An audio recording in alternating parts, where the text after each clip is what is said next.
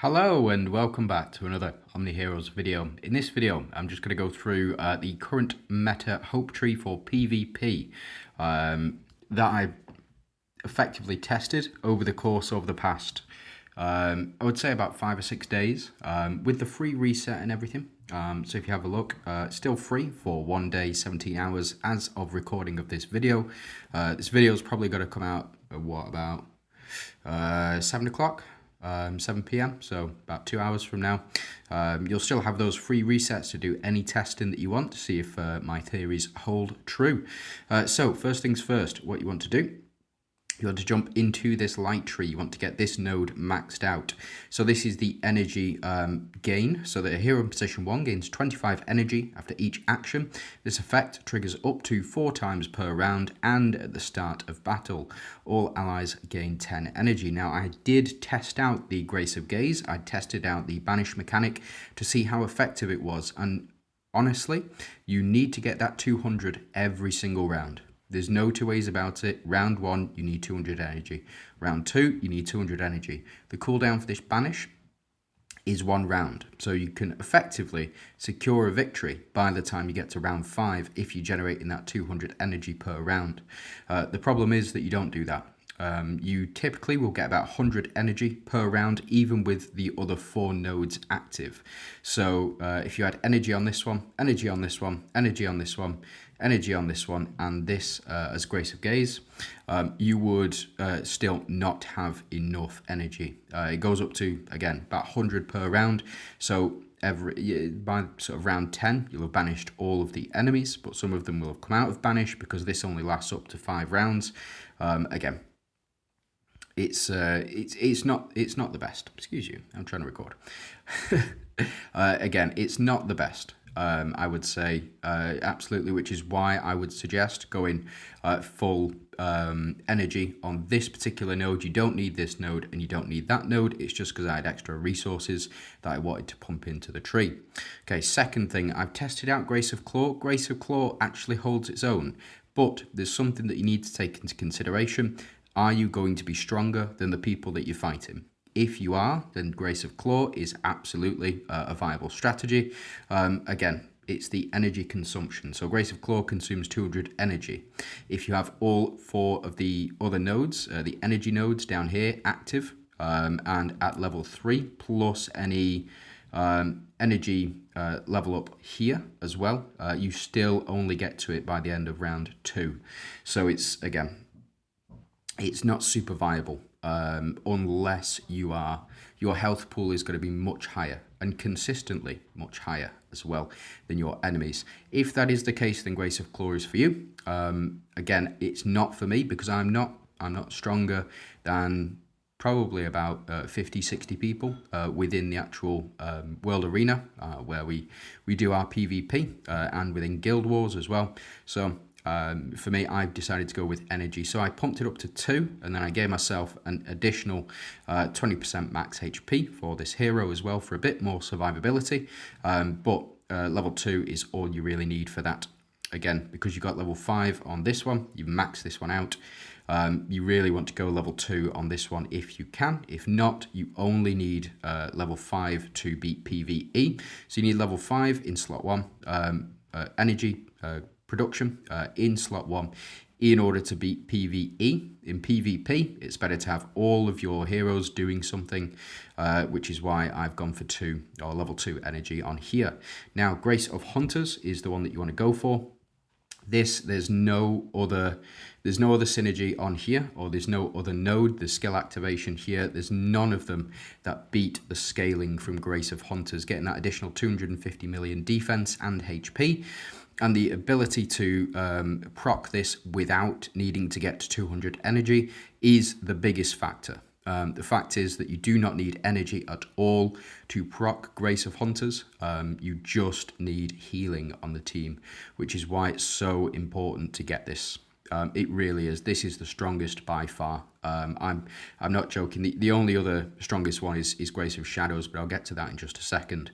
Now, I have put in a little bit here, and the reason for that is because in order to get up to level 5, you need to invest 2 levels in both of these respectively. You can't go to level 3 on this one and then go to Grace of Hunters. You need 2 in this, 2 in this, and then 2 then to max out Grace of Hunters as well.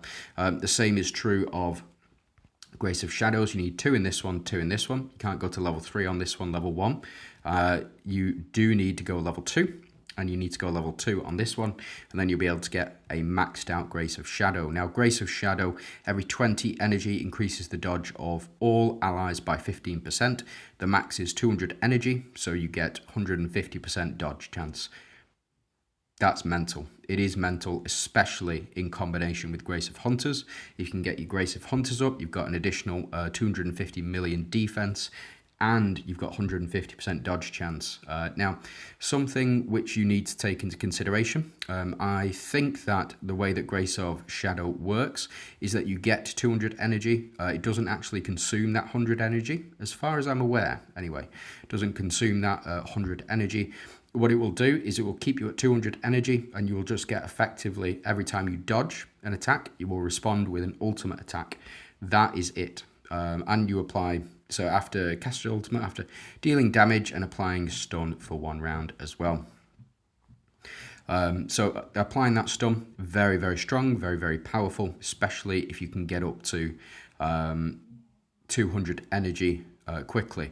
Now, the quickest I've been able to get up to 200 energy is round 2. That is the earliest that I've been able to get to, even with all of the energy production that I've got going on at the moment. The earliest is level 2. I suspect that over the course of the next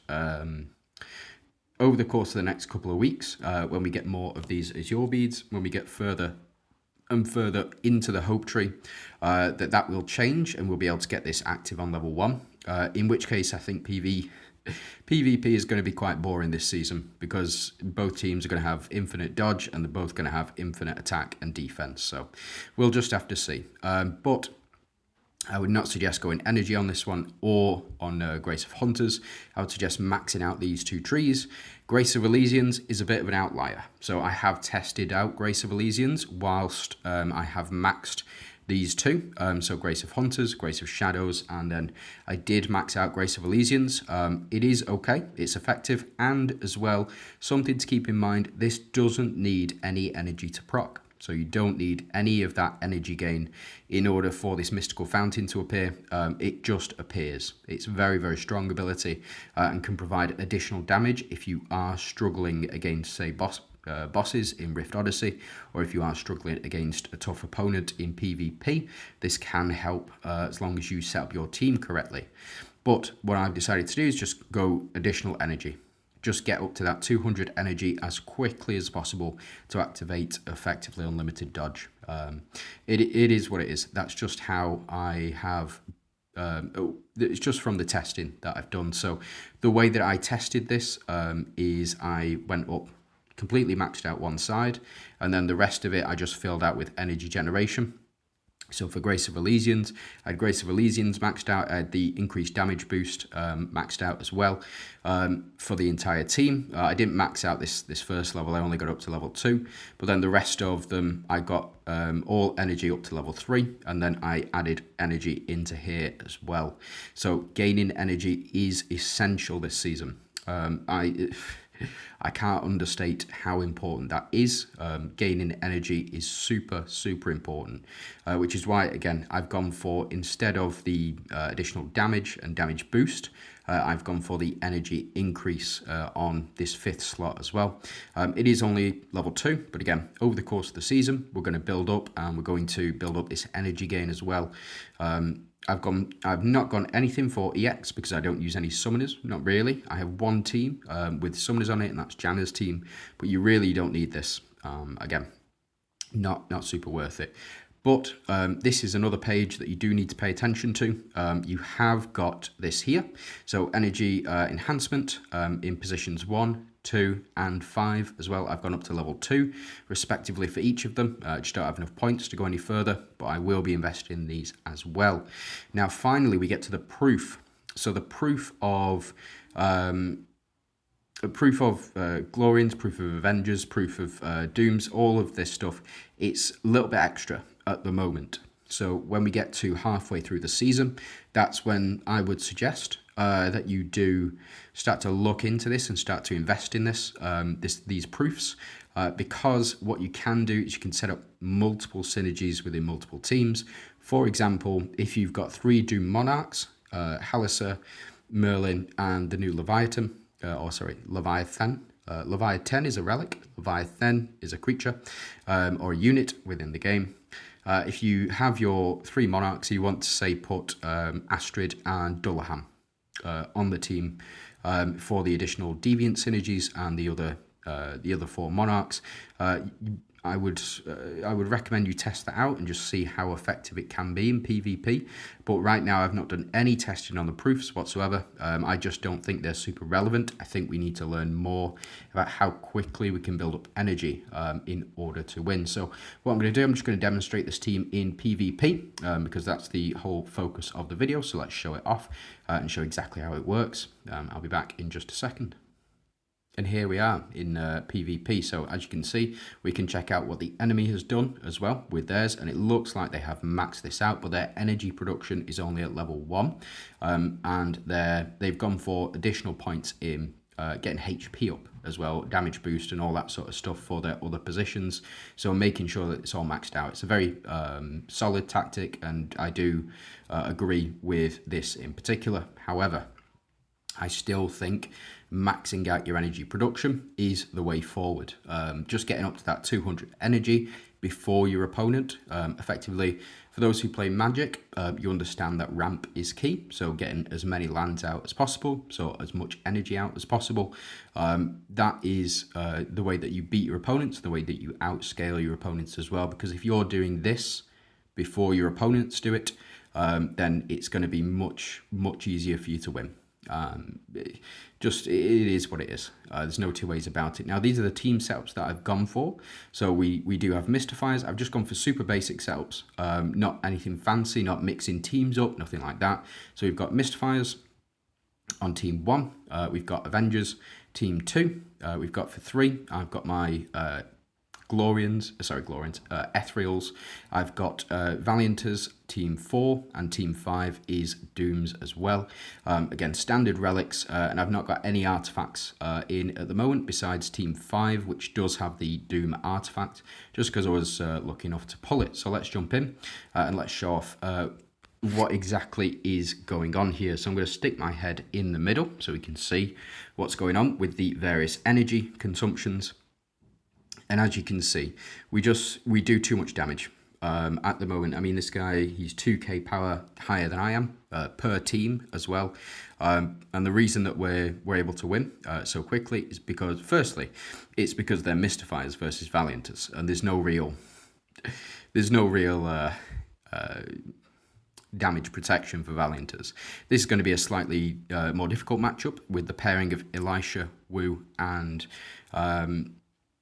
Eudora as well. We're potentially going to get frozen quite quickly, although Aphrodite potentially can steal units. That's quite good for us, stealing Wu. It's a very strong unit and very powerful as well. Now, we have been silenced, or Janna has been silenced at least, so we'll just have to see how effective this team is. But it's more the energy production that we're looking at. So as you can see, even though we were just as quick as the enemy, no Gaia involved, so no reduction in speed, we are able to get up to 67 energy, and the enemy's only on 11 energy. That is going to be the entire point of this season. I can promise you that whoever's energy production is higher will effectively win.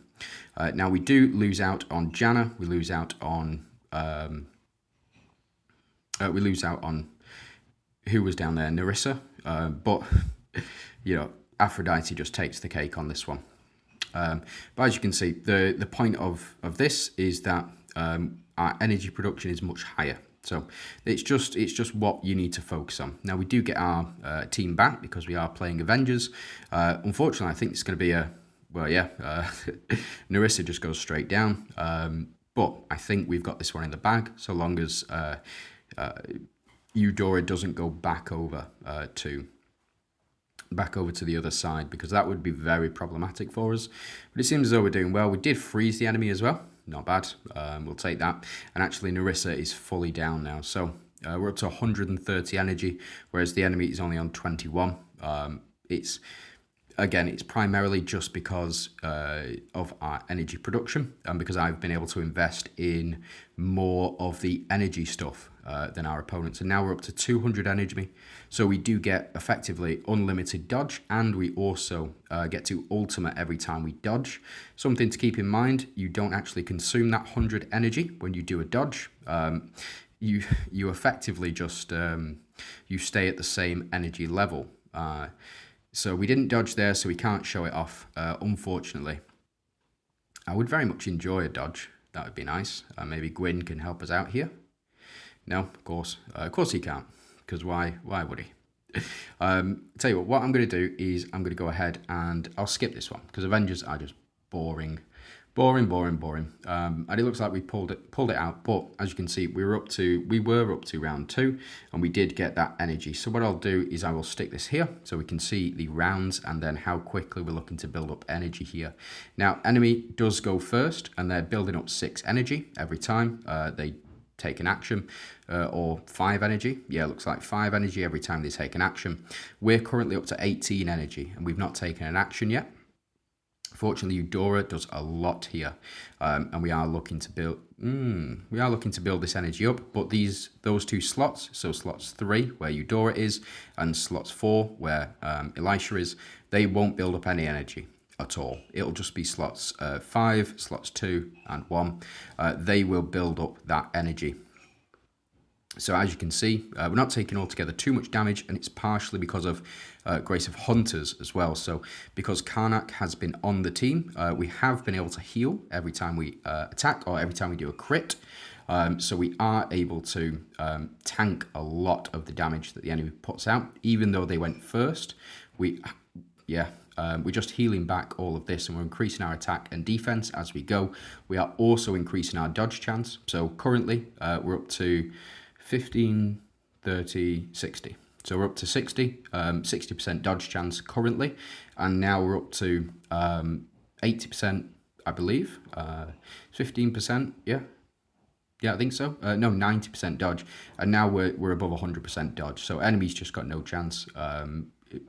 Again, energy production is key in PvP. There's no 2 ways about it. If you don't have high energy increase this season, then it's going to be pointless for you. So we did get up to start round 3, and we got up to 200 energy there. So again, it's very consistently, it takes about 2 rounds to get that 100% energy, or 200 energy in total. That is what you're looking to get as quickly as possible. So building up energy to get the Grace of Shadows active will really help your team out. So those are just my thoughts. Let me know what you think down below on this Hope Tree build. Have you had any experience testing these out yourself? If you have, let me know what your results are, because I'd be very interested to know. Thanks very much for watching. Hope you have a fantastic day.